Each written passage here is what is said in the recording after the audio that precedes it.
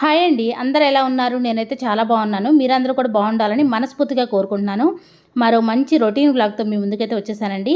ఈ వీడియోలో నేను మామిడికాయ, కొబ్బరికాయ పచ్చడి నేను ఏ విధంగా ప్రిపేర్ చేస్తానో షేర్ చేస్తానండి. అలానే ముందుగా అందరికీ హ్యాపీ ఇండిపెండెన్స్ డే అండి. లక్ష్మీదేవి అమ్మవారి అనుగ్రహం మన మీద ఉండాలంటే మనం లక్ష్మీదేవి అమ్మవారికి భక్తి శ్రద్ధలతో పూజ చేయాలి. అయితే శ్రావణ మాసంలో ప్రతిరోజు కూడా ఒక పండగ లాంటిదే కదండి. రేపైతే వరలక్ష్మి వ్రతం కదా. మీరందరూ కూడా వరలక్ష్మి వ్రతం చేసుకుంటున్నారో లేదో నాతో షేర్ చేసుకోండి. నాకైతే ఈ వారం అసలు కుదరలేదండి.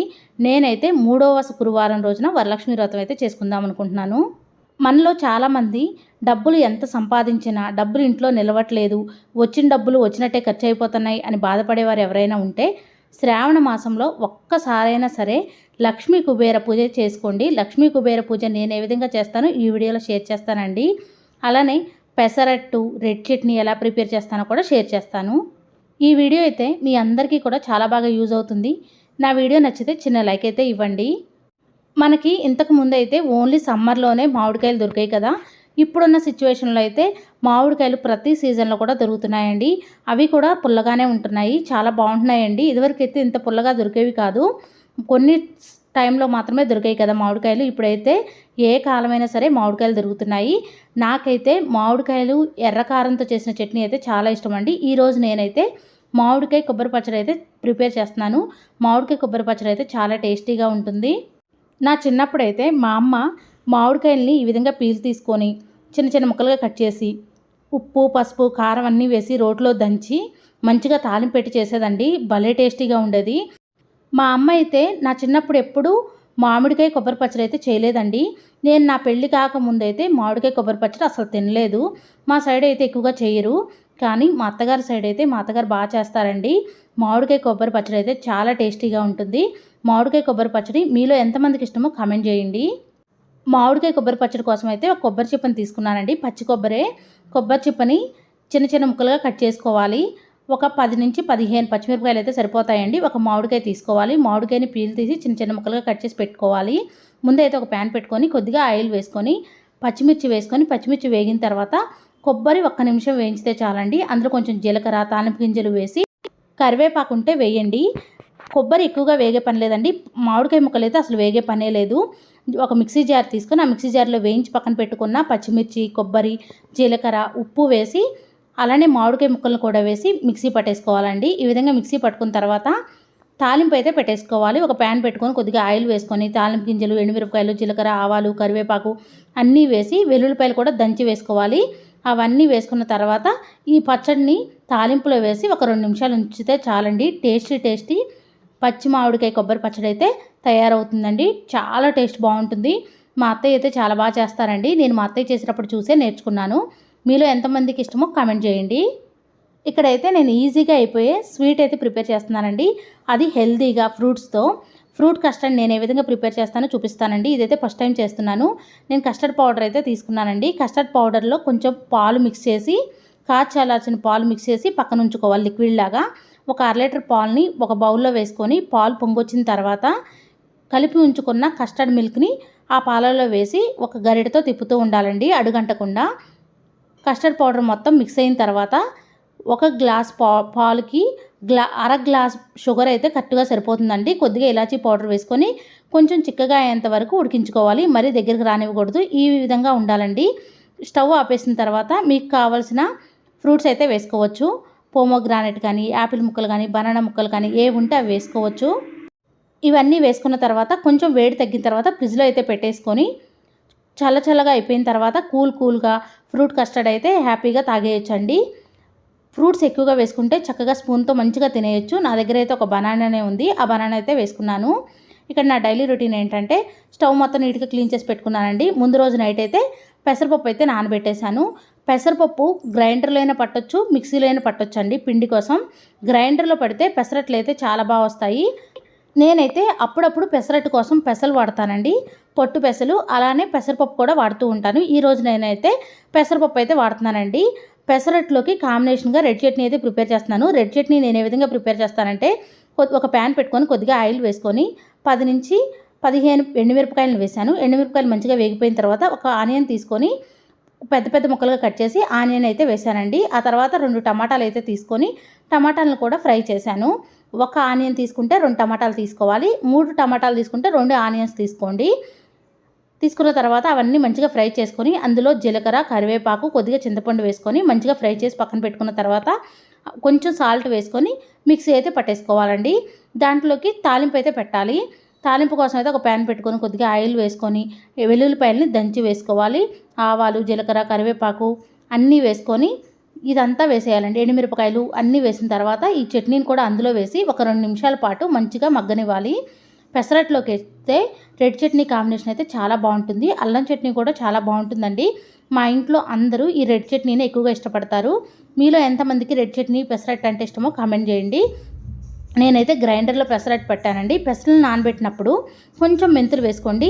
అట్టు అయితే రెడ్గా వస్తుంది, చాలా బాగుంటుంది, టేస్టీగా ఉంటుంది, క్రిస్పీగా ఉంటుంది, అలానే సాఫ్ట్గా కూడా ఉంటుందండి. ఇలా తాలింపులో వేసిన తర్వాత ఈ పచ్చడిని మంచిగా ఆయిల్ పైకి తేలేంత వరకు మగ్గనివ్వాలి. పెసరట్టు అయితే ఆరోగ్యానికి చాలా మంచిదండి. వారంలో ఒక్కసారైనా పెసరట్టు కంపల్సరీగా తినాలండి. మీరు కావాలంటే పెసల్ని అప్పటికప్పుడు కూడా మిక్సీ పట్టి పెసరట్టు వేసుకోవచ్చు. చాలా టేస్టీగా ఉంటుంది, ఆరోగ్యానికి కూడా చాలా మంచిది. ఇప్పుడు నేనైతే శ్రావణ మాసంలో లక్ష్మీ కుబేర పూజ ఏ విధంగా చేయాలో చెప్తానండి.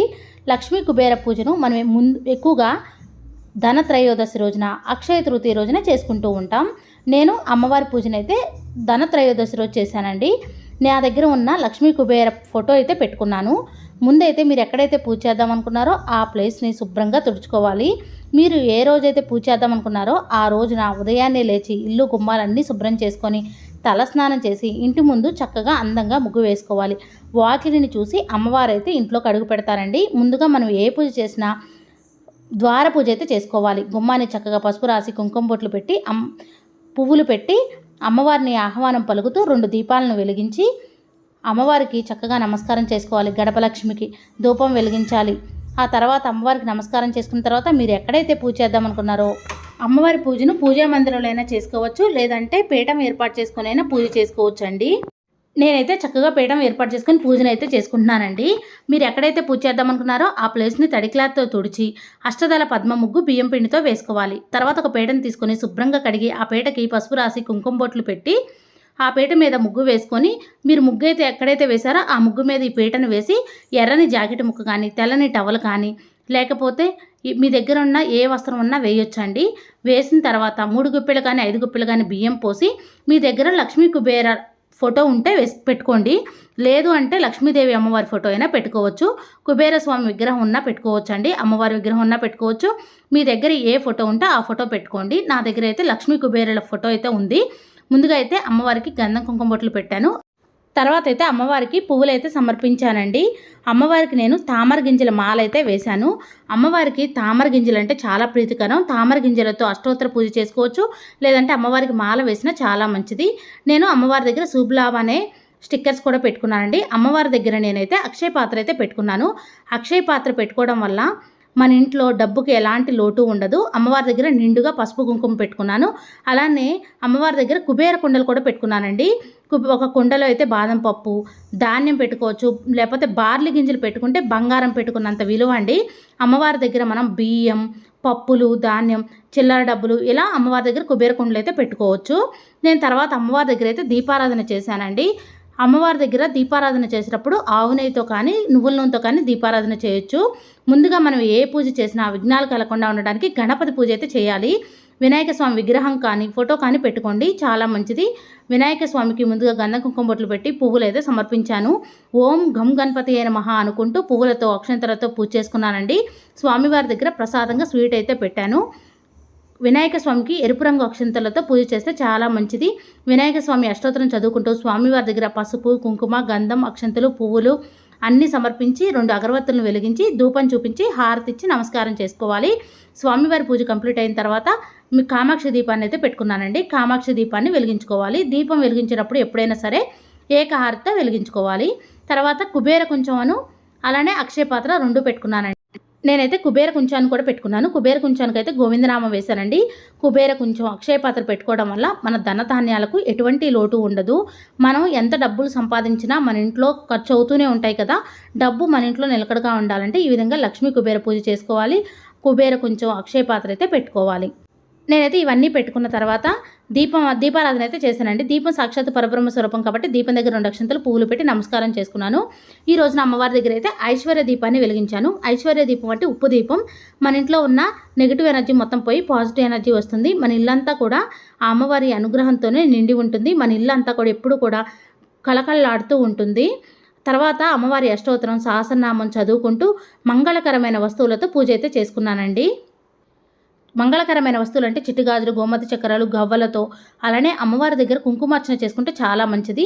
లక్ష్మీ కుబేర పూజ చేసుకున్నప్పుడు కుబేర కుంకుమతో కుంకుమార్చన చేసుకుంటే చాలా మంచిదండి. కుబేర కుంకుమ అంటే పసుపు రంగులో ఆకుపచ్చ రంగులో ఉంటుందండి. ఆకుపచ్చ రంగులో ఉన్న కుబేర కుంచంతో కుంకుమార్చన చేసుకుంటే చాలా మంచిది. నేనైతే చేసుకున్నాను.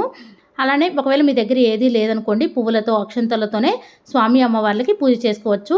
కుబేర స్వామి అష్టోత్తరం, లక్ష్మీదేవి అమ్మవారి అష్టోత్తరం, సహస్రనామం, లలిత సహస్రనామం, కనకదార స్తోత్రం చదువుకుంటూ స్వామివారికి అమ్మవారికి పూజ అయితే చేసుకోవచ్చు. పసుపు కొమ్ములతో 1 రూపీ కాయిన్స్తో కూడా అమ్మవారికి పూజ చేసుకోవచ్చు. లక్ష్మీ కుబేర పూజ చేసుకోవడం వల్ల స్వామి అమ్మవార్ల అనుగ్రహం మనకి కలుగుతుంది. స్వామి అమ్మవార్ల అనుగ్రహం మన మీద ఉందంటే మన ధనధాన్యాలకు ఆరోగ్య సమస్యలు కానీ ఎలాంటివి ఉండవు. ధనధాన్యాలకు అస్సలు లోటు ఉండదు.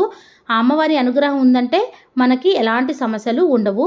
మనం అమ్మవారి పూజలో నిండుగా పసుపు కుంకుమ పెట్టుకోవడం వల్ల మనం నిండు నూరేళ్ళు కూడా సౌభాగ్యంతో ఉంటాం. అమ్మవారి పూజ కంప్లీట్ అయిన తర్వాత అమ్మవారి దగ్గర ప్రసాదంగా సేమ్య పాయసం కానీ, పరమాన్నం కానీ, లేదంటే పండు కానీ ఏదైనా ప్రసాదంగా పెట్టచ్చు. పండగ రోజుల్లో లక్ష్మీ కుబేర పూజ చేసుకోవడం వల్ల చాలా మంచి జరుగుతుంది. మన ఇంట్లో ఎప్పుడు కూడా డబ్బు సమస్యలు రావు. ఆర్థిక సమస్యలు ఉన్నా, అప్పు బాధలు ఉన్నా తొలగిపోతాయి. ఆరోగ్య సమస్యలు ఉన్నా తొలగిపోతాయి. ఆ అమ్మవారి చల్లని చూపు మన మీద ఉండి మనం ఎప్పుడు కూడా హ్యాపీగా, సుఖంగా, సంతోషంగా ఉంటాం. అమ్మవారికి ప్రసాదం పెట్టిన తర్వాత 2 అగరవత్తులను వెలిగించి ధూపం చూపించాలి. తర్వాత సాంబ్రాణి పొగ కానీ, ధూమ్ స్టిక్ కానీ వేసి ధూపం వేసిన తర్వాత ఆ ధూపాన్ని ఇల్లంతా చూపించాలి. అమ్మవారికి హారతి ఇచ్చి నమస్కారం చేసుకోవాలి. మనం అమ్మవారి పూజ చేసుకునేటప్పుడు ఎప్పుడు కూడా చక్కగా చీర కట్టుకొని, నుదుటిన బొట్టు పెట్టుకొని, మెడకి గంధం పెట్టుకొని, కాళ్ళకి పసుపు రాసుకొని, తల్లో ఒక పువ్వు పెట్టుకొని అమ్మవారికి పూజ చేశారంటే ఆ అమ్మవారి అనుగ్రహం మనకి తప్పకుండా కలుగుతుంది.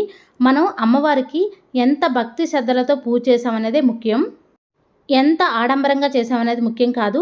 మీ దగ్గర ఏం ఉన్నా లేకపోయినా పువ్వులతో అక్షంతలతో అయినా సరే లక్ష్మీ కుబేర స్వామి ఫోటో ఉంటే పెట్టుకోవచ్చు. లేదంటే అమ్మవారి ఫోటోనే పెట్టుకొని స్వామి అమ్మవార్లకి ఇద్దరికీ కూడా శ్రావణ మాసంలో ఒక్కసారైనా పూజ చేసుకోండి. ఎలాంటి డబ్బు సమస్యలు రాకుండా ఉంటాయి. నా ఈ వీడియో మీకు నచ్చిందని అనుకుంటున్నాను. ఎంతో కొంత యూజ్ అయిందని అనుకుంటున్నాను. నా వీడియో కానీ మీకు నచ్చినట్టయితే లైక్ చేయండి, షేర్ చేయండి, కామెంట్ చేయండి. ఫ్రెండ్స్, కొత్త వారు ఎవరైనా మన ఛానల్ చూస్తున్నట్లయితే సబ్స్క్రైబ్ చేసుకోండి. లైక్ చేయండి, షేర్ చేయండి, కామెంట్ చేయండి. Thank you for watching. Bye అండి.